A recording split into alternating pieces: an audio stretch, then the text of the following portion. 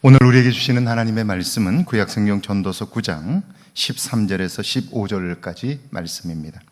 13절에서 15절까지 말씀 함께 봉독합니다. 내가 또 해 아래에서 지혜를 보고 내가 크게 여긴 것이 이러하니 곧 작고 인구가 많지 아니한 어떤 성읍에 큰 왕이 와서 그것을 에워싸고 큰 흉벽을 쌓고 치고자 할 때에 그 성읍 가운데에 가난한 지혜자가 있어서 그의 지혜로 그 성읍을 건진 그것이라. 그러나 그 가난한 자를 기억하는 사람이 없었도다. 아멘.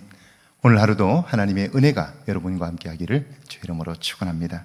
체코의 시인이자 소설가인 밀란 쿤데라의 책 참을 수 없는 존재의 가벼움이라는 작품이 있습니다. 이 소설은 인간의 삶과 죽음을 가벼움과 무거움이라는 이분법적인 측면에서 조명한 소설입니다. 대조적인 전용화된 4명의 주인공들이 나오는데 사랑의 진지함과 가벼움, 사랑의 책임과 자유, 영원한 사랑과 순간적인 사랑 등 모순적인 것들을 대조시키고 있습니다. 그래서 이중적인 사랑의 본질, 이중적인 사랑의 그 속내를 드러냄으로써 긍극적 인간의 한계, 그것들을 나타내고 있습니다. 한마디로 말하면 인간은 진실이나 객관적인 사실이 아닌 자신이 듣고 싶은 대로 듣고 보고 싶은 대로 보는 존재라는 거죠. 그러니까 삶의 모든 문제들은 다 여기에서 생기는 것들이에요. 그러니까 있는 그대로를 보는 것이 아니라 내가 보고 싶은 대로 보는 거예요. 그러니까 나중에 그 문제가 커지는 것이죠. 오늘 13절 말씀해 보니까 내가 또 해 아래에서 지혜를 보고 내가 크게 여긴 것이 이러하니 눈앞에 보이는 대로 보며 사는 사람은 지혜를 발견할 수 없어요. 그러나 조금만 관심을 가지고 다른 사람이 어떻게 살고 있는지를 알고자 한다면 지혜로 사는 사람의 삶이 보이기 시작해요. 왜냐하면 여러분, 송곳을 주머니에다 넣으면 그 송곳은 밖으로 튀어나올 수밖에 없지요. 이 세상에 사는 사람들 중에 지혜로 사는 사람은 그 삶이 도드라질 수밖에 없기 때문에 사실은 조금만 관찰해 보면 그 모습이 보이는 것이죠. 삶의 변화를 추구하는 사람은 그래서 다른 사람의 삶에 관심을 가지지요. 나와 다른 삶의 방식을 받아들이고 그들의 지혜를 따라 내 삶의 자리를 옮기는 거예요. 11절 말씀해 보니까 곧 작고 인구가 많지 아니한 어떤 성읍에 큰 왕이 와서 그것을 에워싸고 큰 흉벽을 쌓고 치고자 할 때에 우리는 생각하기를 힘이 약하고 인구가 적으면 늘 힘센 사람에게 정복당하고 고통을 받는다고 생각해요. 그런데 그렇지 않아요. 성경에 나오는 사반이라는 동물이 있어요. 그것은 공격할 무기도 그렇다고 방어할 무기도 갖고 있지 않습니다.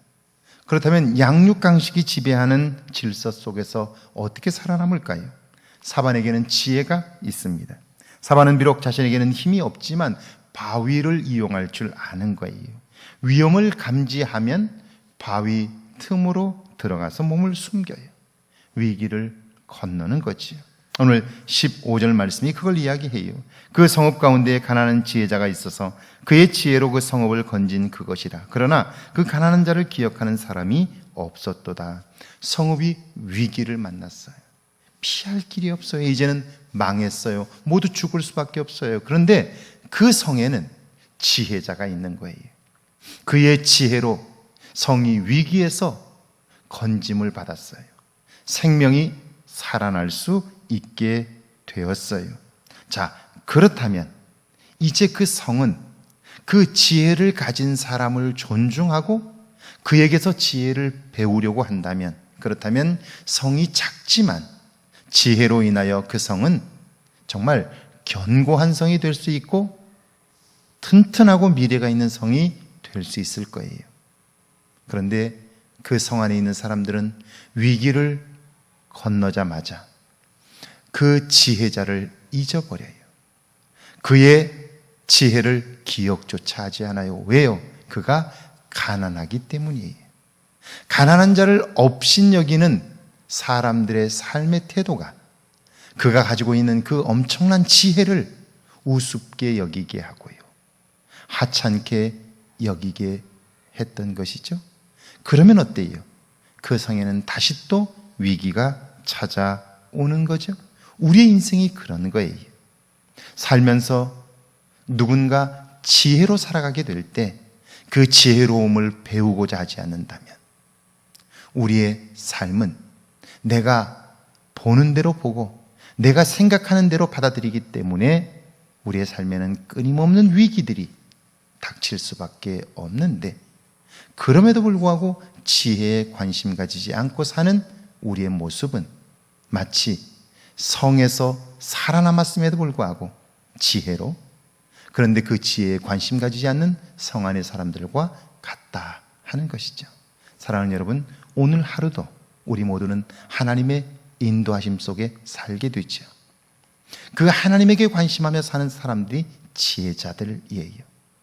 오늘 내가 살아가는 동안 그 지혜로 사는 사람들의 삶에 관심함으로 그를 통하여 지혜를 배우고 그 지혜의 근본되는 하나님의 인도함을 받는 저와 여러분 되기를 주의 이름으로 축원합니다. 함께 기도합니다.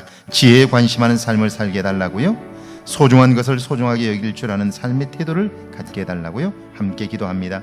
하나님, 저희를 사랑하사 함께 하시고 이제는 지혜에 관심 가지며 살게 하소서. 소중한 것을 소중히 여기며 살 수 있는 삶의 태도를 갖게 하셔서 매일매일의 삶이 지혜를 배우는 삶이 되게 하시고 지혜의 근본 되시는 하나님을 만나는 은혜의 역사가 있게 하옵소서.